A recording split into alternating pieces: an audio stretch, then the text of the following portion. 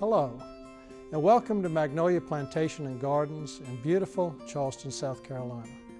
I'm Drayton Hasty, a 12th generation family member that has owned this historic property for more than 300 years. Join me as we take a look at this majestic and historical landmark and learn a little about how Magnolia Plantation and Gardens became what it is today. Magnolia Plantation, one of those rare instances of a place that has been occupied by the same family for roughly 12 generations, and it really does embody the history of the United States, and not just the history of the Europeans that came here, but also the history of the enslaved Africans that were brought here by them. You have a property that the Draytons come to in 1679. As I say, they've occupied it ever since, and it really does give us a window into what happened in the United States through the 300 plus years that they have occupied this place. During the American Revolution, you have roughly 8,000 British soldiers camped between here and Drayton Hall, getting ready to stage their invasion of Charlestown.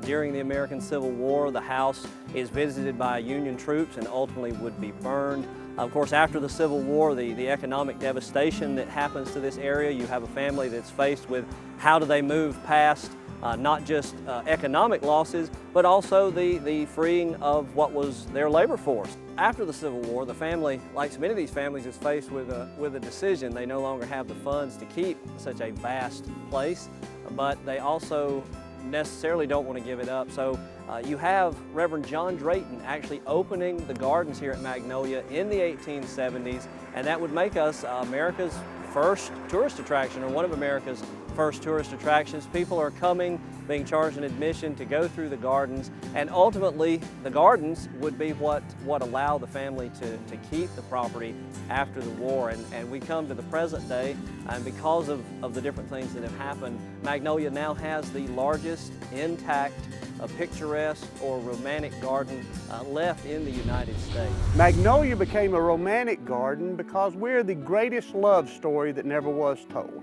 The Reverend John Drayton is in Europe doing his ministerial studies. He sees this new casual gardening movement coming across Europe. Well, being a minister, he's fascinated with the idea of recreating Eden. But most importantly, he comes back to America and he marries a young lady named Julia Ewing from Philadelphia, who absolutely positively hated Charleston. She pined for her home back up north, so to soothe her feelings, the Reverend Drayton goes back to the conservatories in Boston and Philadelphia, where the azaleas and camellias up into that time in America were grown under glass.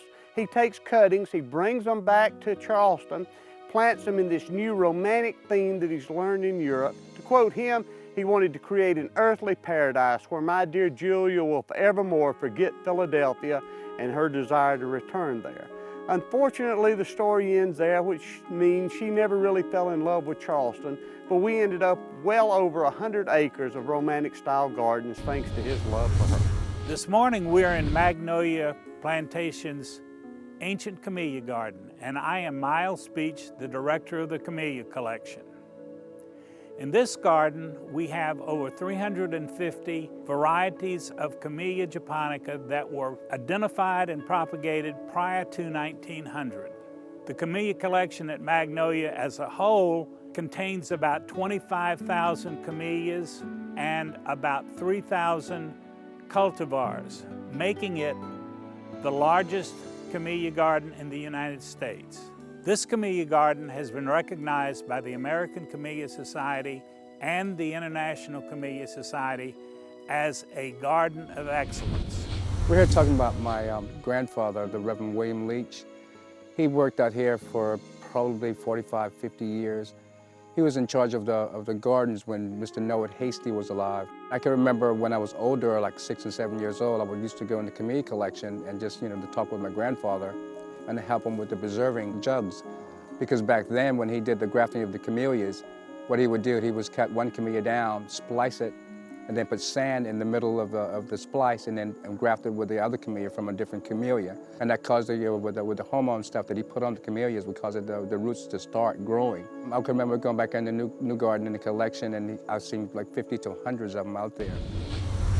The home in Magnolia was lived in by Drayton descendants until 1975. various generations living in the home. This room in the 1920s was used to entertain some very important guests at Magnolia. Charleston was a magnet for the elite during the Jazz Age, and the family in this room entertained in the 1920s Henry Ford, Gershwin, Orson Welles, Eleanor Roosevelt, Edna St. Vincent Millay, coming to Charleston for what was the Charleston Renaissance, a rebirth of the arts that saw the dance craze sweeping the country, everyone doing the Charleston. Around this room there are landscapes done in the gardens of Magnolia in the 1920s by famous artists like Englishman Howard Hilder, painting Magnolia in the winter. The smaller ones and the rest of the landscapes painted by a Savannah artist, William P. Silva, all visiting Magnolia in the height of the Charleston Renaissance of the 1920s. In the dining room of our home, one of the features of the collections at Magnolia is the Drayton china. This is 18th century Chinese export. Every piece handmade, hand-painted by the Chinese, thus the foo dog on the cider jug lid. The set was ordered by William Drayton for the Drayton family in 1790. Survived the Civil War by leaving the South, going to Philadelphia in the early 1830s with a congressman of the family, Congressman Colonel William Drayton, who left the South when they started talking secession. He disagreed with his fellow Southerners over the issue of secession, moved the Drayton china to Philadelphia, where it would stay until 1993. And the descendants there would sell it back to Charleston, and it would return home to where it began in 1790. About 80 pieces remaining of the original set. We have 4 slave cabins, well, formerly slave cabins. They've been restored to different time periods to represent the African Americans who lived here, worked here, and contributed to Magnolia Plantations, as well as Lowcountry. Our cabins were on the former slave street for the rice fields. Our 1920s cabin, we do have the original fireplace and chimney completely intact. On our 1850s cabin, we do have the original steps. They were the original windowsills and lintels from the first house. In each cabin, they're a little bit different. We do have some changes that were made by those individuals who lived and worked here. We wanted to be able to preserve a piece of their history, but we also wanted to be able to represent how they actually lived and how it would have really looked during the different time periods. During our tour, we do talk a little bit about the history of the transatlantic slave trade and the African Americans who did make their way here to Lowcountry and how they brought the rice with them and how it basically transformed Charleston into what it is today. Our Zoo and Nature Center here at Magnolia Plantation is home to a variety of animals here, both native animals, a few domestic animals, and a few other exotics as well. Behind me you can see we've got a few white-tailed deer that call this home. These are some of the rescue animals we've taken in. They've grown up as fawns, they've bonded with people, so they're not really releasable, but they make their home here now. We have several other animals, like I said, that have also come from rescue centers, some foxes, raccoons, some injured birds of prey that are here now. We also have a reptile house featuring some various snakes, lizards, turtles from around the area.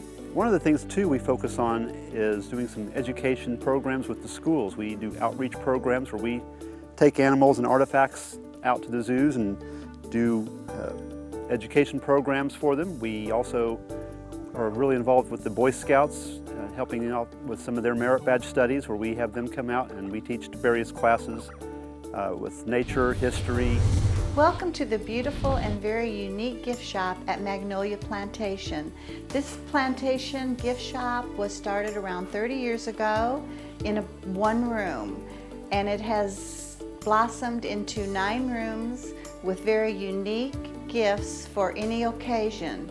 The plantation carries many locally known artists' artwork. We also carry many food items that are local to the Carolinas and to the Charleston area.